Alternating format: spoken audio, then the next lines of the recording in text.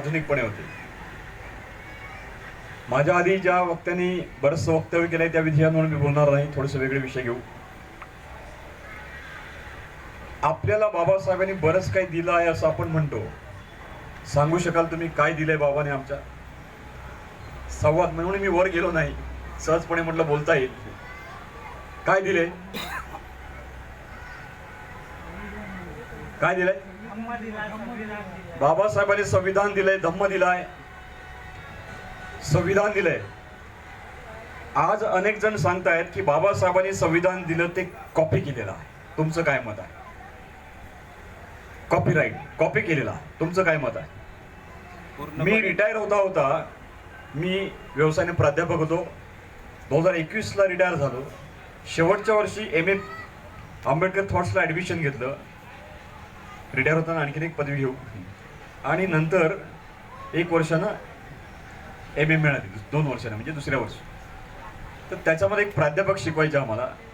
ते प्राध्यापक एकदा चुकून आम्हाला शिकवताना म्हणाले, बाबासाहेबांनी जगभरच्या संविधानांची कॉपी केली. मग आमच्यासारखे विद्यार्थी होते, त्या प्राध्यापकाने जोपर्यंत सॉरी म्हटलं नाही तोपर्यंत त्यांना फक्त प्रश्न विचारले. त्याने काही दुसरं आम्ही काही विचारलं नाही, त्यांना वाईट काही बोललो नाही. एव्हिडन्स द्या, हा एव्हिडन्स आहे. जसं आता आमच्या पगारे साहेबांनी एव्हिडन्स दिले. 1919, 1918, 19 साऊथ बरो कमिशन, 1927 आईन कमिशन, 1930, 31, 32 गोलमेज परिषद, 1935 येवला, 1936 मुक्तिकोन पदे, 1937 आमची labour party, independent labour party, 1938 election मध्ये 16 मेंबर्स निवडून आणणं, 1942 काय आपल्या लेबर पार्टीचं रूपांतर केलेलं आहे बाबासाहेबांनी शेकापमध्ये. शेकापच्या नंतर 1946 पासून 42 पासून 46 पर्यंत संविधान राष्ट्रीय मंत्रिमंडळामध्ये ब्रिटिशांनी निर्माण केलेल्या ऊर्जा मंत्री म्हणून ज्यानं बापानं आमच्या धरणं बांधली या देशामध्ये. आणि या देशाचा निर्माता म्हणतात नेहरूंना, ज्यांना धरणातला ध माहीत नाही, पण माझ्या बापानं धरणाचं प्लॅनिंग केलं ऊर्जा मंत्री असताना. आणि तुम्हाला कदाचित माहिती असेल, तुमची मला वाटतं मावशी, तुमची आई किंवा तुम्ही वाटप वाटले का वरवंट्यावर? वाटले? आज पण वाटले वरवंट्यावर? वरवंट्यावर वाटले? मग कसं आता? अरे बापरे, आता म्हणे मिक्सर आलाय.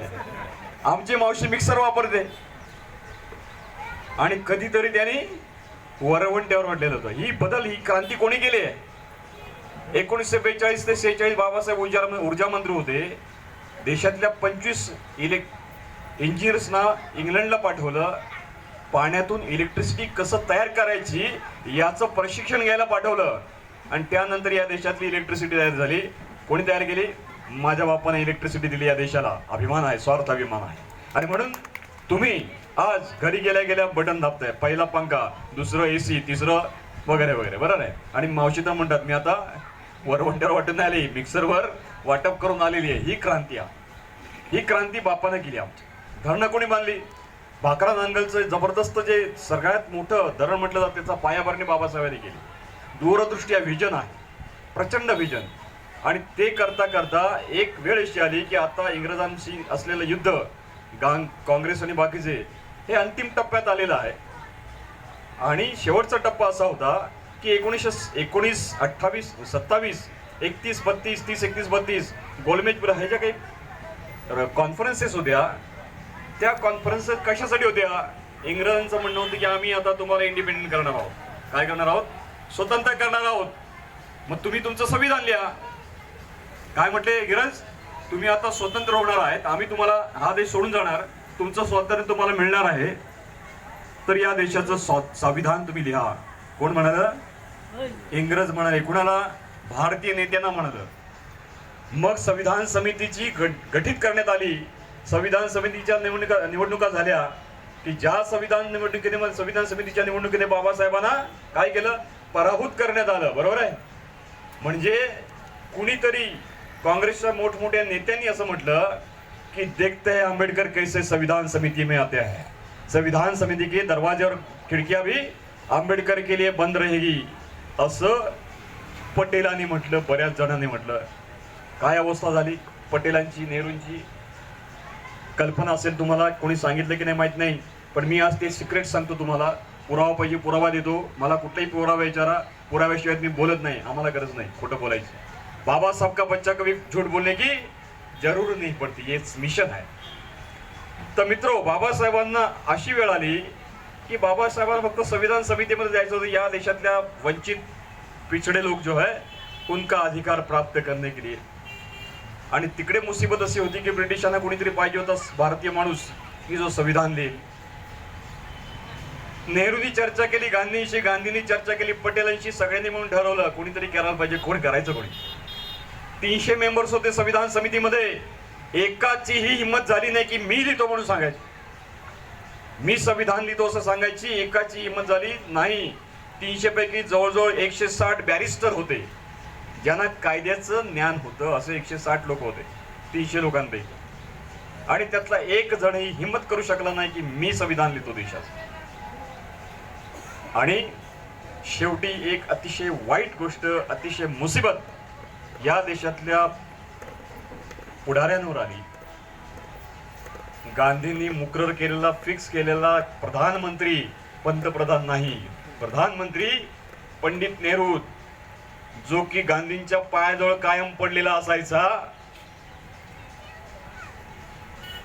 त्याच्यावर मुसीबत अशी आली की त्यानं जगातल्या 50 लोकांना पत्र लिहिली, विद्वानांना, की we are going to be independent nation, please write constitution for our new nation. पुरावा पाहिजे, पुरावा देईन.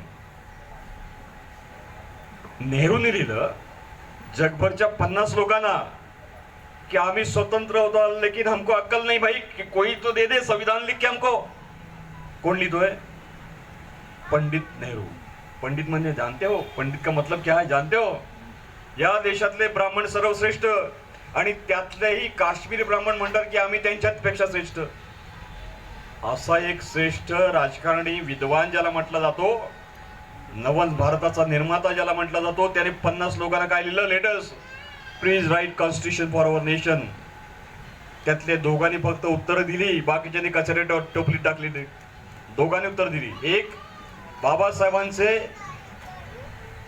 इकॉनॉमिक्सचे प्रोफेसर, ज्यांच्यामुळे बाबासाहेब म्हणले की मी इकॉनॉमिक्स शिकलो खोलवर, ते एडविन. आणि दुसरे होते sir Ivor Jennings. Sir Ivor Jennings letter लिहिलं नेहरूंना.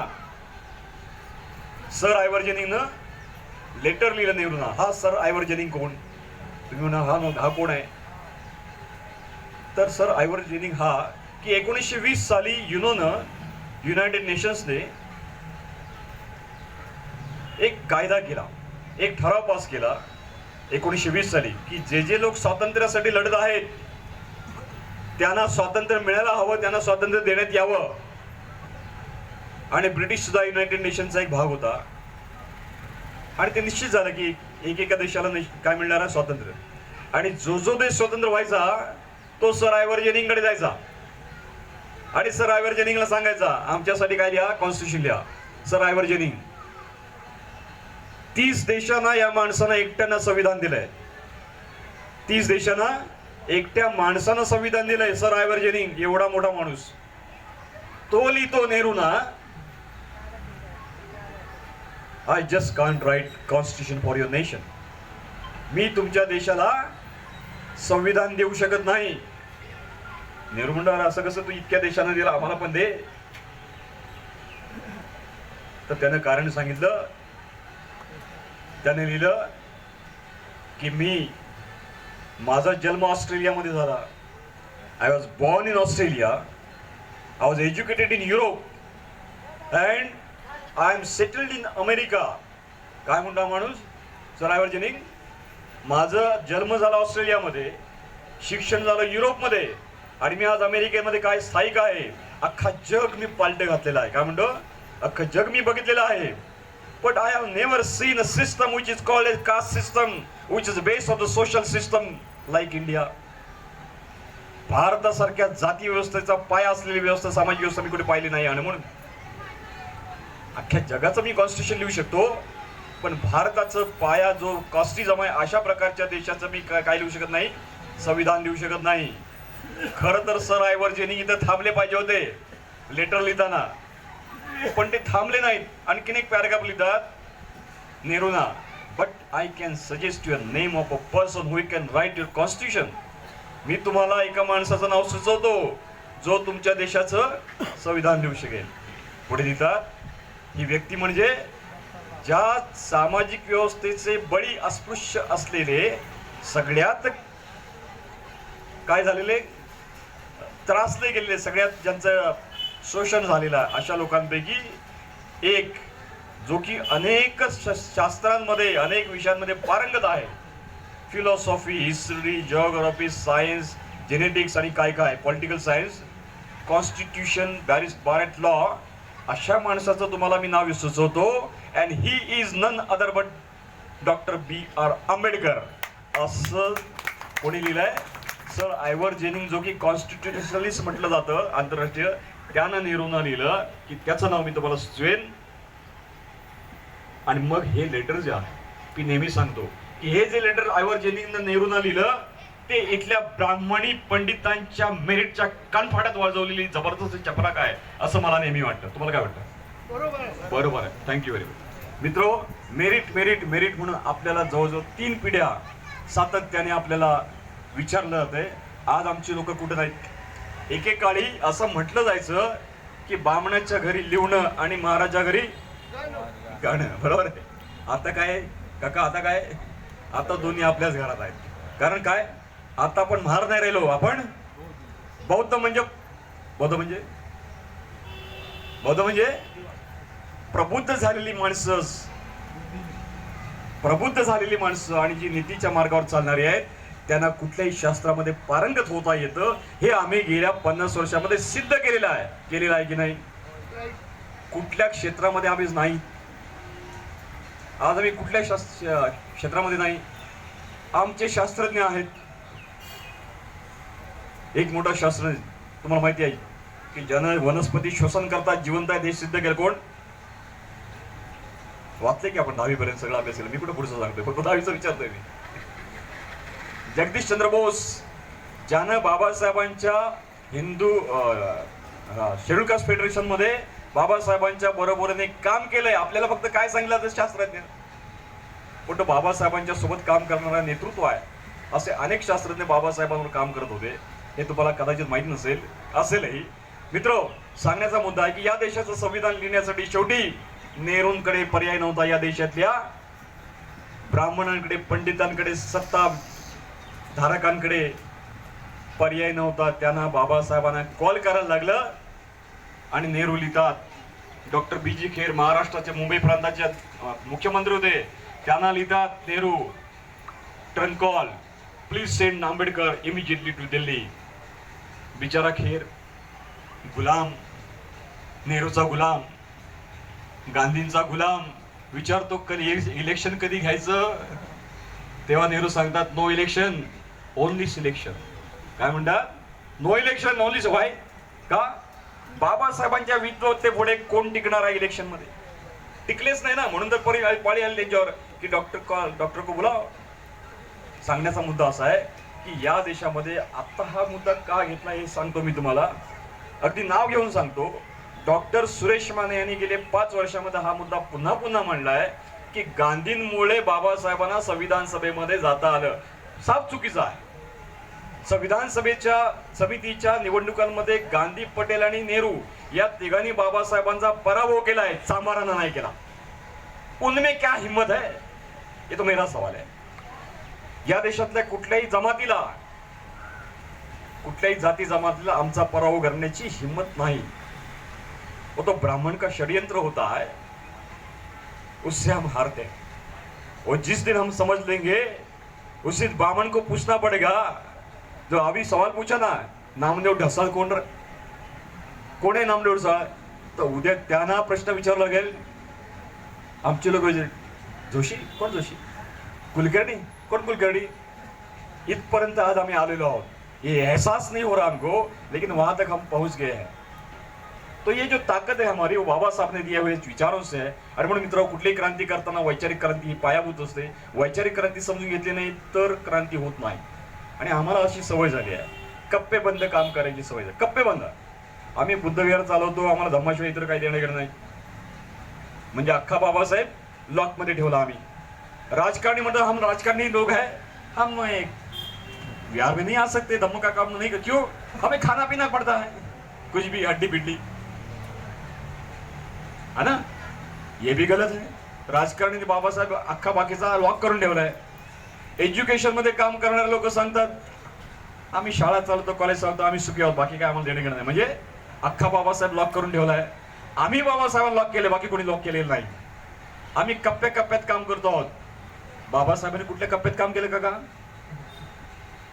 बाबासाहेबांनी सर्वांग समग्र काम केलं आहे, सगळ्या क्षेत्रात काम केलं आहे. म्हणून अंतिमतः या देशाला कसं चालावं हा कायदा, ज्याला म्हणतात की फंडामेंटल लॉ, कॉन्स्टिट्यूशन लॉ बनवला. पण मगाशी आमच्या सरांनी सांगितलं असं, जर तुम्ही, आपण सांगितलं आपल्या कथनामध्ये मध्येच, बरोबर आहे की जर कॉन्स्टिट्यूशन प्रॉपर माणसांच्या हाती लागलं तर देश चालेल, नाहीतर ते कॉन्स्टिट्यूशन कचऱ्या सामान होईल. मित्र, आज अवस्था तशीच आहे. कोणी येतो संसदेपासून ग्रामपंचायतीपर्यंत कॉन्स्टिट्यूशनच्या विरोधात काम करतो. 2015ला कायदा झाला. 2015ला काय झाला, ज्या ग्रामपंचायतीचे रूपांतर नगरपंचायतीमध्ये झालेलं आहे, संख्या वाढली, लोकसंख्या वाढली, उद्योग वाढले, व्यापार वाढला, गावामध्ये मोठं झालं गाव, लोकसंख्या वाढली, म्हणून त्यांचं रूपांतर नगरपंचायती झालं नसेल. ओके, ठीक आहे, पॉलिटिकल सायन्स तेच सांगते, आपला पॉलिटिकल अर्जच आहे. पण कायदा केला महाराष्ट्र गव्हर्नमेंटने, ज्या ग्रामपंचायतीचं रूपांतर नगरपंचायतीत झालंय त्या नगरपंचायतीत गेलेल्या कामगारांना काय केलेला, रोजगार कॉन्ट्रॅक्ट बेसिसवर करा. 20-20, 25-25 वर्ष ज्यांनी ग्रामपंचायतीमध्ये काम केलं, सेवा केली, त्यांना एका कायद्याने काय केलं, रोजंदारीवर जगायला लावलं. महाराष्ट्र गव्हर्नमेंटचा कायदा 2015, त्या विरोधात आम्ही लढलो. भाई पगारे, आमचे कैलाश भाई पगारे, त्यांनी दिंडोरीमध्ये उपोषण छेडलं 2 दिवसाचं. दुसऱ्या दिवशी नगरपंचायत ऑफिसर आणि सगळे महापौर, सगळे नगरसेवक त्यांच्याकडे आले, म्हणाले आम्ही भाई उपोषण सोडा, आम्ही कायदा बदलतो. त्यानंतर आम्ही आझाद मैदानला गेलो, 1 दिवसाचं धरणं धरलं. महाराष्ट्र गव्हर्नमेंटच्या सचिवांनी नगर विकासच्या सांगितलं तुम्हाला खास वेळ देतो, हा कायदा काय आहे, अख्ख्या महाराष्ट्राची वाट लावलेला आहे, लाखो लोकांची, आम्ही त्यांना न्याय देऊ. मित्रो, प्रॉपर समस्या समजून घेऊ, त्या समस्येवरचं उपाय शोधून काढू, त्या प्रकारची आंदोलन करू. आंदोलन करणे म्हणजे आमच्या अंगावर केसेस लागल्याच पाहिजेत, हा कम्युनिस्टांची पद्धत आहे. आम्ही काही लालबाई नाही. कम्युनिस्टांना आम्हाला त्या वाटेला लावलं. आज आम्ही आंबेडकरी वाटेनं जायची गरज आहे. मला सांगा, बाबासाहेबांना किती वेळा जेलमध्ये जावं लागलं? बाबासाहेबांना किती वेळ जेलमध्ये गेले बाबासाहेब? मावशी, एकदाही नाही. का बरं? हा, कायद्याचं ज्ञान आहे. कायद्याचं ज्ञान नाही, कायद्याचा किस मालूम आहे. बरोबर आहे. एवढं माहित असलेल्या माणसानं या देशाचा कायदा घडवला आणि तो दिलाय कोणाच्या हाती? कोणाच्या हाती?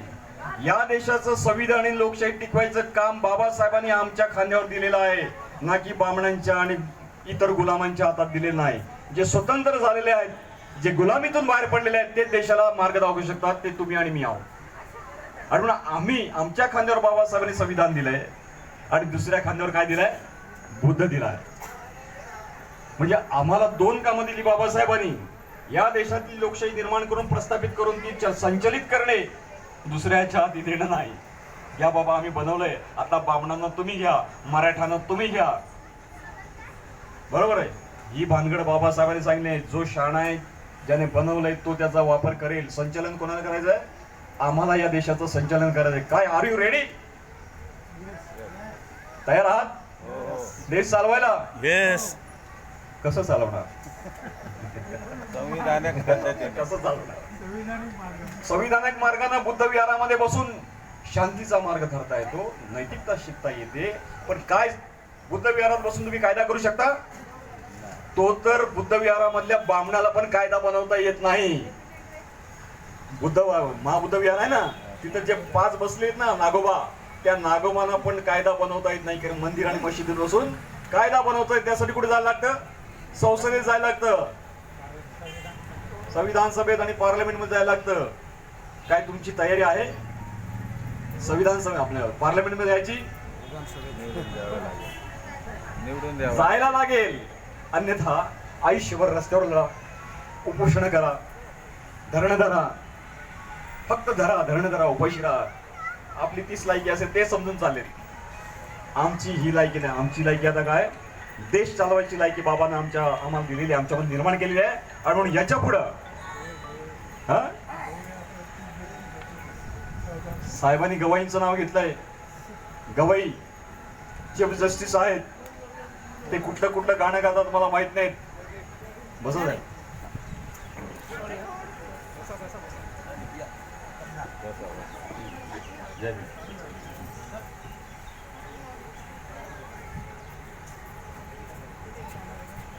तर बाबासाहेबांनी मला लायक बनवलेला, लेकिन हम अपने आप को लायक नहीं समझते. ये समस्या ज्यादा बड़ी नहीं, छोटी सी है. बाबा साहब ने हमको लायक बनाया है, काबिल बनाया है. He has made us efficient and strong.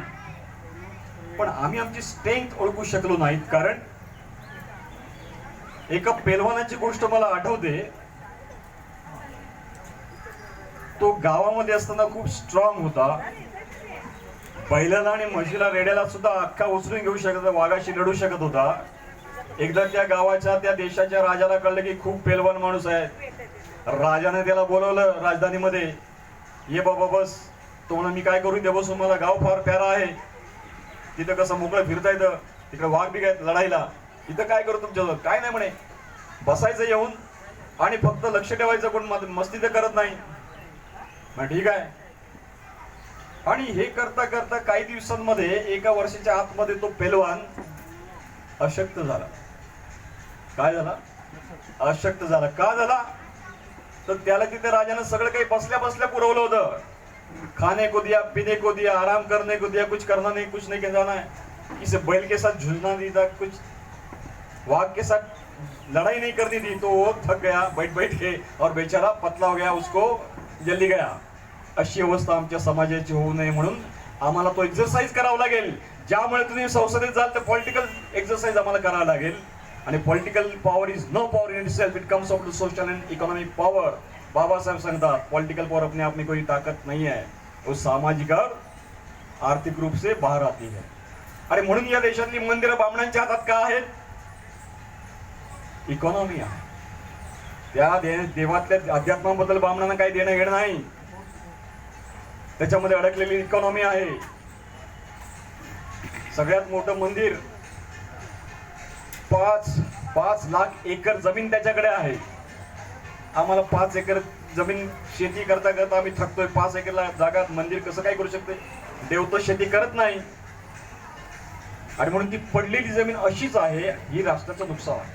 अशा असंख्य एकर जागा या देशामध्ये पडीक आहेत, जे की मंदिरांच्या, मशिदीच्या आणि विहारांच्या हातात आहेत.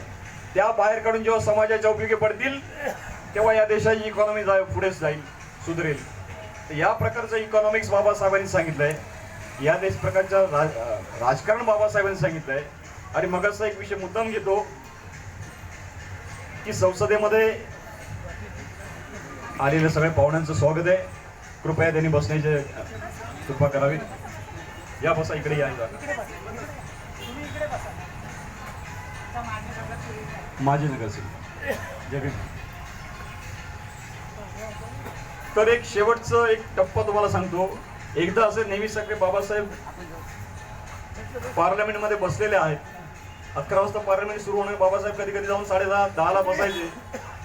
आणि बाबासाहेब कुठेही गेले तरी बाबासाहेबांच्या हातामध्ये पुस्तक आहे. तो प्रसिद्ध पुतळा तुम्ही पाहिला असेल. एक बोट इकडे दाखवलेला आहे. कुठे दाखवलंय? कुठे दाखवलंय? असं नाही, असं हे बोट सोडून द्या. ऊपर तो हमको जाना नहीं है, यही रहना है, यही राज करना है. तो ते बोट दाखवत राजकीय सत्तेकडे, पार्लमेंट राजकीय सत्तेकडे दाखवता. रामदास सारखी नाही, स्वतःच्या भिंतीवर मिळवली. ते बोट तसं दाखवते. आणि दुसऱ्या हातात काय आहे? संविधान आहे. ते संविधान जोपर्यंत समजून घेत नाही तोपर्यंत आम्ही तिथेच राहणार आहोत. तर एका वेळी पार्लमेंटमध्ये बाबासाहेब बसलेले आहेत आणि नेहरू पाठीमागून, नेहरू, पंडित नेहरू बाबासाहेबांच्या खांद्यावर हात ठेवतात. आणि चेष्टेने म्हणतात बस. इथं पण तेच सुरू आहे का, म्हणजे वाचन सुरू आहे, पार्लमेंट सुरू होऊ जाणार आपण तर काय थोडेसे मस्करीच्या मूडमध्ये होते पंडितजी. पण पंडितजींना बाबासाहेबांनी सांगितले फार महत्वाची गोष्ट आहे, आपल्या दृष्टीने फार महत्वाची. Mister Nehru, politics may be fun for you. काय म्हणतात बाबासाहेब? बसा साहेब, बस 2 minute. Politics may be fun for you but it's mission for me. काय म्हणतात Babasaheb? Politics may be fun for you. हे तुमच्यासाठी काय असेल, मनोरंजनाची गोष्ट असेल नेहरू साहेब, पंडित नेहरू, पण माझ्यासाठी ते मिशन आहे. मगाशी पगारे साहेब जे म्हणाले कैलासजी की मिशन आहे. आणि मिशन म्हणजे काय? कोण काय देतंय मला यासाठी चालणारी मिशन नसते. मी काय देतोय लोकांना आणि लोक माझ्याकडे येतात काय म्हणून नाही, तर मी लोकांकडे जातो का काय. आजचे राजकारणी काय करतात, फक्त इलेक्शनचे 20 दिवस 15-20 दिवस असतात तोपर्यंत लोकांपर्यंत जातात, खूप वागतात हो, खूप नमस्कार करतात, खूप पाया पडतात, विनवणी करतात, एकदा परत लोक काय करायचं करतात. आपल्याला पाहिलं, आपण 20, 25, 50 वर्षामध्ये पाहिलेलं आहे. तर लोक आता संज्ञान होत आहेत, पण म्हणून लढाई सोडण्याची गरज नाही. लढाईमध्ये जोपर्यंत अंतिम विजय मिळत नाही तोपर्यंत सतर्क राहून लढायला लागतं, अन्यथा कधी सुद्धा बाजी पलटू शकते. जर संविधान तुमच्या भल्याचं आहे असं तुम्हाला वाटतं आहे, मग त्या संविधानाच्या संरक्षणाचं काम आम्हाला करावंच लागेल. आणि संरक्षणाचं काम म्हणजे असं नाही की सोन्याच्या पेटीत संविधानाची कॉपी ठेवून डोक्यावर घेऊन फिरायचं नाही, हे बात नाही आहे. संविधान समजून घ्यायला हवं आहे. फार नाही 2-4 कलम जरी आम्ही समजून घेतली तरी तुम्हाला खूप मस्ती येईल लढण्याची. कलम 14, कायद्यासमोर सगळे समान. आता कोणी छत्रपती नाही, पण तरी पण छत्रपती लावून लोक फिरतात महाराष्ट्रामध्ये. सरळ संविधानाचा अपमान आहे. कलम नंबर 21, मगाशी सरांनी सांगितलं, अन्न पाणी वस्त्र शिक्षण आरोग्य यांचा दिलं पाहिजे. हा मूलभूत हक्क आहे लोकांचा, प्रत्येक व्यक्तीचा मूलभूत हक्क आहे. आणि तरी पण मी जेव्हा जातो म्हणजे प्रबोधनासाठी आदिवासी एरियामध्ये, अगदी फार दूरचं का उदाहरण सांगितलं तुमच्या लक्षात येणार, तुम्ही गेले नसाल, पण अगदी मुंबई पनवेल रोड, मुंबई गोवा रोडचं सांगतो. पेण आणि पनवेलच्या मध्ये एरिया आहे जिथे घनदाट जंगल आजही बऱ्यापैकी आहे. तिथल्या आदिवासींचं पावसातलं खाणं काय असतं हे तुम्ही सांगू शकाल मला?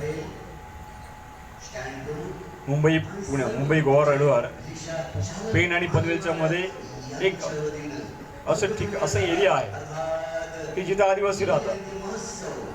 त्यांना पावसात काय खायला लागतं? मेलेले उंदीर खावं लागतं. मेलेले उंदीर. तुमच्या मनामध्ये आता तिरस्कार म्हणतात काही कसं झालं असेल, नुसतं ऐकून तुम्हाला कसं होतंय, खाताना काय वाटायचं. मग right to eat, right to food हा प्रत्यक्षात आलाय का? नाही आलाय अजून. जोपर्यंत शेवटच्या माझ्या आदिवासी बांधवाला, या देशातल्या नागरिकाला फूड मिळत नाही, अन्न मिळत नाही, न्यूट्रिशन मिळत नाही, आहार, तोपर्यंत कॉन्स्टिट्यूशन प्रत्यक्षात आलं नाही. मग या 50-70 वर्षामध्ये कुणी राज्य केले असेल ते सगळे नालायक ठरतात. काय ठरतात? नालायक ठरतात. आणि म्हणून हे ताटपणे सांगण्याचं काम आंबेडकरी चळवळीला करायला लागेल.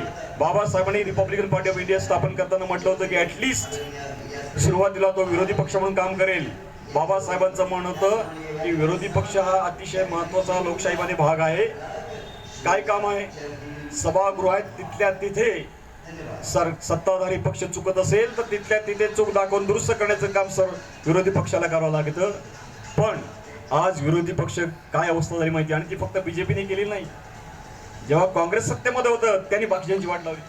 आज बीजेपी सत्तेत त्यांनी बाकीच्यांची वाट लावली. म्हणजे विरोधी पक्ष या देशात नष्ट व्हावा, उभाच राहू नये यासाठी सत्ताधारी पक्ष काम करतात. म्हणजेच ते सगळे लोकशाहीच्या विरोधात आहेत हे सिद्ध होत आहे. आणि म्हणून बाबासाहेबांनी निर्माण केलेल्या पार्टीचं, रिपब्लिक पार्टीचं काम त्या ताकदीने केलं तर लोकशाही संविधान जिवंत राहील.